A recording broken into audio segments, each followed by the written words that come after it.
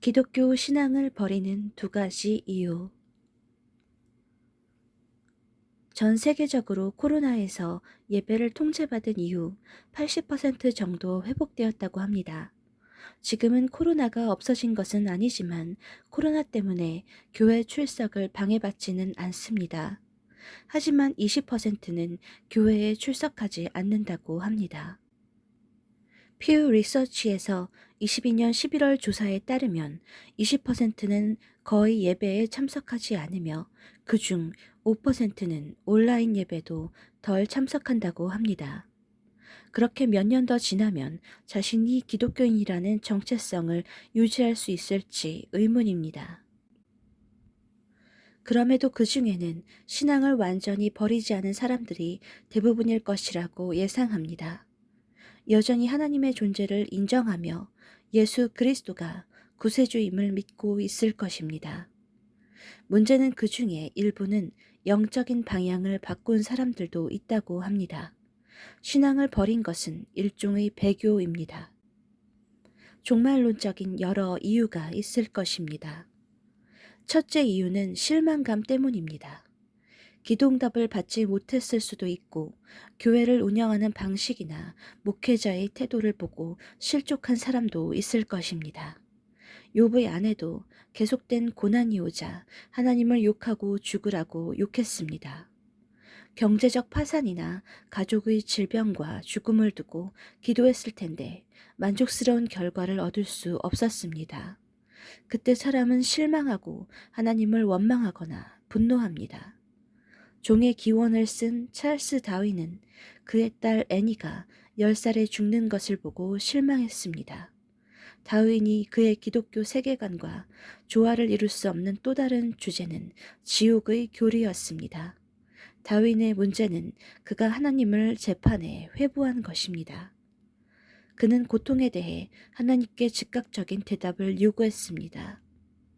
자신을 하나님 위에 올려놓고 재판관, 배심원, 검사, 사형 집행인이 되었고 하나님이 그가 원하는 대답을 주지 않자 신앙을 떠났습니다.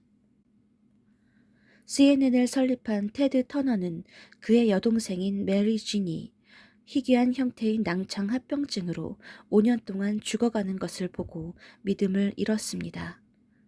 그녀가 무엇을 잘못했나요? 그것은 너무 불공평해 보였습니다. 그리고 저는 어떤 대답도 얻을 수 없었습니다. 기독교는 그것에 대한 어떤 대답도 줄 수 없었습니다. 터너가 24살이었을 때 그의 아버지는 스스로 목숨을 끊었습니다. 기독교는 패자를 위한 종교라며 기독교를 반대하는 그의 강한 입장에도 불구하고 그는 자신이 무신론자라기보다 불가지론자라고 말합니다. 그는 십계명을 구식이라 여겨 수정했습니다. 75세 생일을 며칠 앞둔 암으로 죽어가는 친구가 생기면 그들을 위해 기도한다 라고 말했습니다. 누구에게 기도하는지 물었습니다. 그는 누구든 듣고 있는 신이라고 말했습니다. 기도응답을 받지 못했다고 해서 하나님을 떠난다면 하나님 없이 그 문제가 해결될까요? 그렇지는 않을 것입니다. 불공정한 문제는 여전히 남아있지만 하나님께 더 이상 기도하지 않으니 원망할 대상이 없어졌습니다. 분노의 대상이 없어진 것입니다. 반면 무신론들은 하나님은 없다는 의식이 너무 강해 하나님의 존재를 믿는 자들을 증오하기까지 합니다. 그들의 주장대로 이기적인 유전자만 남습니다. 분노는 하나님이 존재한다는 것이 분명해질 때도 생깁니다. 요한계시록에서 분노하는 이들이 그런 상태입니다. 고통은 관점의 문제입니다. 하나님의 손이 우리의 고통과 멀리 떨어져 있는 것처럼 보일 때 우리는 분노합니다. 하지만 모든 사람이 항상 그렇게 반응하지 않습니다. 욥과 아내의 반응은 다릅니다. 롯과 아내의 반응은 다릅니다. 반면에 노아와 아내의 반응은 같았습니다. 비록 고통이 오더라도 의미를 탐구하며 신앙을 유지하는 사람이 있고 단순히 분노하는 사람이 있습니다. 내가 원하는 것을 얻지 못하면 사람은 실망하고 분노합니다. 물론 그들의 고통이나 아픔이 쉽게 극복되거나 이해될 수 있는 수준이라는 말은 아닙니다. 무의미하고 목적도 없고 선악도 없으며 우연만 존재하는 것은 무신론자, 불가지론자, 그리고 범신론자들을 위한 단어입니다. 특별한 의미나 지켜야 할 계명도 없으며 선과 악에 대해 무관심해도 좋기 때문입니다. 교회에 대한 실망감, 기독교인에 대한 실망감도 따지고 보면 본질에 집중하지 않기 때문입니다. 언론들이 편향적으로 보도하는 기사에도 영향을 받기도 합니다. 마침 확고한 신앙도 없었던 터라 종교에 무관심해집니다. 한 기독교 변증가는 기독교에 도전하는 수많은 질문들 중에 그를 가장 괴롭혔던 질문은 힌두교 친구가 던진 질문이라고 말합니다. 만약 당신이 말하는 기독교가 정말 초자연적이라면 왜 내가 아는 많은 기독교인들의 삶에서 변화가 없는 것일까요? 그러나 이 문제는 예수님도 그를 믿는다는 신자들에게 던진 질문이었습니다. 질문자에게도 오류가 있습니다. 기독교인만 특별히 달라야 한다는 기준을 두었습니다. 힌두교인이나 무슬림이나 불교인은 그들의 삶이 변화되었습니까? 기독교인보다 더 도덕적입니까? 하지만 이들 종교는 이 문제로 비난받거나 종교를 버리지 않습니다. 또한 그들이 실망했다고 생각했을 때 그들이 믿은 대상은 하나님인지 신자인지 창조주 하나님을 믿은 것인지 사람을 믿었던 것인지 자문해야 할 것입니다. 두 번째 이유는 성경적인 선악과 도덕법의 혐오감을 드러내는 기류입니다. 모든 시대에는 특정한 어젠다가 대중을 휩쓸고 지나가며 사람을 타락시켰습니다.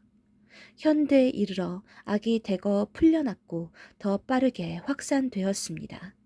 진화론, 계몽주의, 사회주의, 무신론, 음녀의 세상주의가 이 시대에 작동합니다. 현대 기류 중 하나는 기독교의 도덕성이 그들의 자유를 방해한다고 생각하는 것입니다. 기독교를 억압적인 것으로 여기며 기독교의 도덕적 기준을 떠나 성적 자유와 취향을 쫓아갑니다. 종교를 갖거나 신앙이 좋아지기 어려운 사람들이 있습니다. 요한계시록의 7 유형의 사람들이 그들입니다. 권력을 가진 왕들, 성공한 상인들, 장군들, 부자들, 강한 자들, 종들, 자유인입니다. 체코 공화국은 무종교와 무신론의 비율이 높습니다. 체코의 무종교 비율은 무려 78.4%에 달합니다. 공식적으로는 북한의 71.3%보다 더 높은 수치입니다. 기독교의 역사를 가진 유럽의 대부분 국가들의 종교율은 높은 편이지만 체코는 19세기 자유사상의 영향을 받았고 공산주의 통치 기간에도 추가적인 무종교화가 발전했습니다. 체코인들의 자유사상은 특히 스펜서와 계몽주의의 영향을 받았습니다. 특히 반종교 사상은 진보 운동에 의해 채택되었고 추진되었으며 반종교법이 통과된 후 체코의 일부가 되었습니다. 그 후 체코가 소련의 영향권에 들면서 마르크스주의의 무신론으로 기울었습니다. 하나님과 지켜야 할 도덕법이 사라지면 해방감을 느낄 것입니다.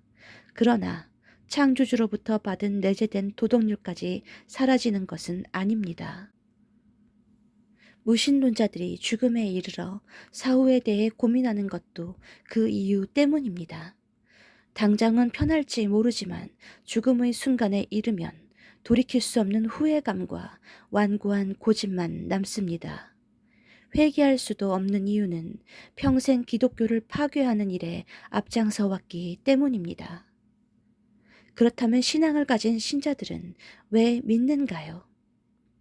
예수께서 십자가에 매달리자 대중들이 조롱하는 대열에 합류했습니다. 인간은 쉽게 선동되는 존재입니다. 그 모든 일이 왜 일어났는지 미리 연구하고 살피는 현명한 사람은 많지 않습니다. 제자들조차 그 이유를 3일 후에 알게 됩니다.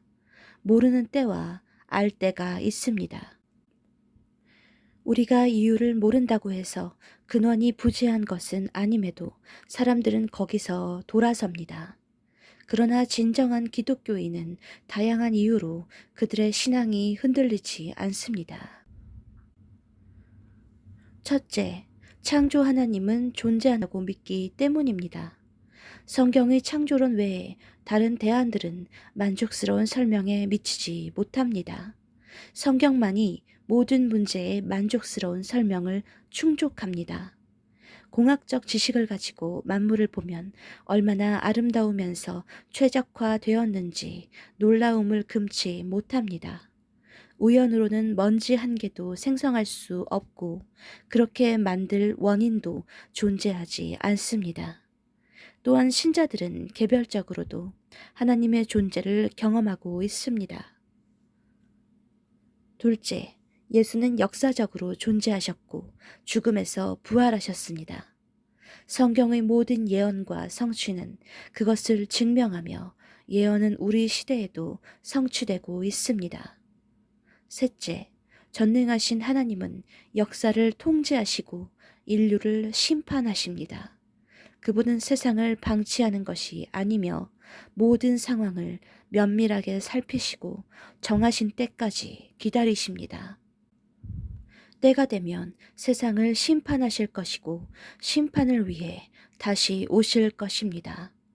만약 이 주장들이 사실이라면 기독교는 사실이고 그것을 믿는 자들은 끝까지 남아 있습니다. 아멘.